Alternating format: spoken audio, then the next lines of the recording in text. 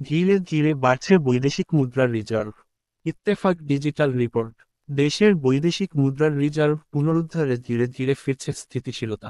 সাম্প্রতিক রাজনৈতিক পরিবর্তনের পর রেমিট্যান্স প্রবাহের ধারা ইতিবাচক থাকায় এপ্রিলের মাঝামাঝি সময়ে রিজার্ভের পরিমাণ বেড়ে দাঁড়িয়েছে প্রায় $27 বিলিয়ন।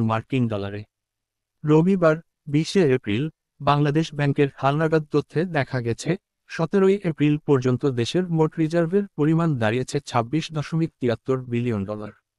তবে আন্তর্জাতিক মুদ্রা তহবিল আইএমএফ এর হিসাব পদ্ধতি BPM-6 অনুযায়ী রিজার্ভের পরিমাণ $21.39 বিলিয়ন। তবে বাস্তবে যে রিজার্ভ ব্যবহারযোগ্য, সেই নিট রিজার্ভ এর হিসাব আরও ভিন্ন। আইএমএফকে জানানো হিসাবে এসডিআর খাত, ব্যাংকগুলোর ফরেক্স ক্লিয়ারিং ব্যালেন্স এবং আকর পাওনা বাদ দিয়ে বাংলাদেশের প্রকৃত ব্যয়যোগ্য রিজার্ভ দাঁড়িয়েছে প্রায় $16 বিলিয়ন কাছাকাছি। বিশ্লেষকরা বলছেন, রিজার্ভে এই ঊর্ধ্বমুখী প্রবণতা পেছনের মূল অবদান রাখছে প্রবাসী আয়। চলতি এপ্রিলের প্রথম 12 দিনেই রেমিট্যান্স এসেছে $105.24 কোটি। শুধু গত মার্চ মাসে রেমিট্যান্সের ইতিহাসে নতুন রেকর্ড গড়েছে বাংলাদেশ। এক মাসজুড়ে এসেছে $3.29 বিলিয়ন, যা দেশের ইতিহাসের সর্বোচ্চ রেমিট্যান্স। বাংলাদেশ ব্যাংকের পরিসংখ্যান অনুযায়ী 2024-25 অর্থবছরের প্রথম মাস থেকে ধারাবাহিকভাবে রেমিট্যান্স প্রবাহ $2 বিলিয়ন ওপরে রয়েছে।